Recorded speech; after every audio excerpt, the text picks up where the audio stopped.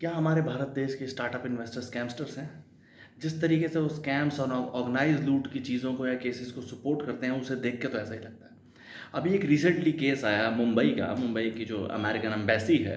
उसके अंदर एक ऑटो वाला का एक केस आया कि जिसके अंदर जो भी लोग अपना वीज़ा लेने जाते हैं, जिनको भी अमेरिका जाना होता है, भले वो बिज़नेस के लिए या एजुकेशन के लिए जो भी अपना वीज़ा लेने जाते हैं, तो उनके बैग्स या जो भी वो कैरी बैग्स या जो भी अपने प्रोफेशनल बैग्स कैरी करते हैं, वो अंदर एम्बेसी के अंदर अलाउड नहीं है।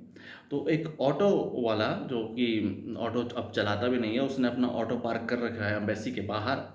और जो भी लोग उसके अंदर अपने इंटरव्यू देने जाते हैं, जब वो सिक्योरिटी गार्ड उसको अलाउ नहीं करता उस बैग को लेके जाने के लिए, तो वो उसको इस तरीके से इशारे से बुला लेता है अपने पास, और वो बैग रखने के लिए आधे घंटे के लिए, 1 घंटे के लिए, या जितनी भी देर लगे उनको अंदर वीज़ा प्रोसेस में या वीज़ा लेने में या इंटरव्यूज़ में जो भी प्रोसेस में लगे, उसके लिए उसे ₹1000 ₹2000 चार्ज करता है।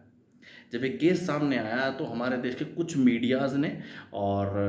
बहुत ही प्रोमिनेंट मीडियाज़ ने, और हमारे स्टार्टअप के इन्वेस्टर्स ने इसको बहुत बहुत ही हाइप दिया कि कितना अच्छा बिज़नेस है ये, तो देखिए इसमें ना कोई फंडिंग है, ना कोई ऐप है, ना ही एप्लीकेशन की ज़रूरत है, ना ही कोई ऐसा सपोर्ट की ज़रूरत है, ना ही कोई ऑर्गेनाइज सिस्टम की ज़रूरत है। बस सीधा ही सीधा पैसे हैं, और इसको बोलते हैं बिज़नेस, इसको बिज़नेस बोलते हैं। This is a sure case of organised loot and scam. किसी इंसान की मजबूरी है कि वो वहाँ पे गया है और उसको इस चीज़ के बारे में पता नहीं है कि बैग अंदर ले जाना अलाउड नहीं है, वरना वो घर से बैग कैरी करके ही नहीं जाता, और उसको एक अपॉर्चुनिटी समझ के, उसकी उसकी मजबूरी या उसकी एक परेशानी को एक अपॉर्चुनिटी समझ के उससे मन मुताबिक चार्ज कर लेना या ओवर चार्ज कर लेना, is this called a business? ये बिज़नेस का तरीका होता है। ये इंडिया के इन्वेस्टर्स इस तरीके की चीज़ों को बिज़नेस बोलते हैं। बिज़नेस तो सब लोग ऐसा समझते हैं कि एक या स्टार्टअप बिज़नेस को, कि एक प्रॉब्लम स्टेटमेंट को समझा, उस प्रॉब्लम स्टेटमेंट का सॉल्यूशन किया, और उस सॉल्यूशन से अगर आप अर्न कर सकते हैं या उससे आपकी अर्निंग हुई, तो दैट्स कॉल्ड एक तरीके से एक स्टार्टअप बिज़नेस। और एक कोई नए तरीके से आपने एक बिज़नेस स्टार्ट किया और उसका उसको प्रॉफिटेबल भी बनाया। या किसी की मजबूरी या किसी की परेशानी में लूट लेना या उसकी परेशानी से ओवरचार्ज कर लेना बिज़नेस होता है।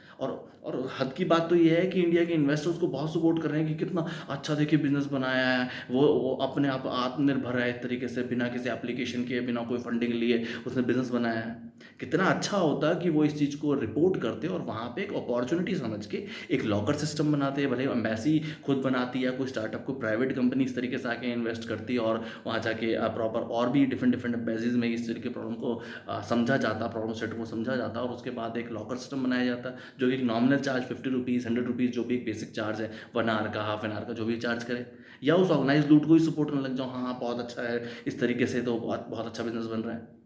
सोचिए इनके बारे में। जय हिंद, जय भारत।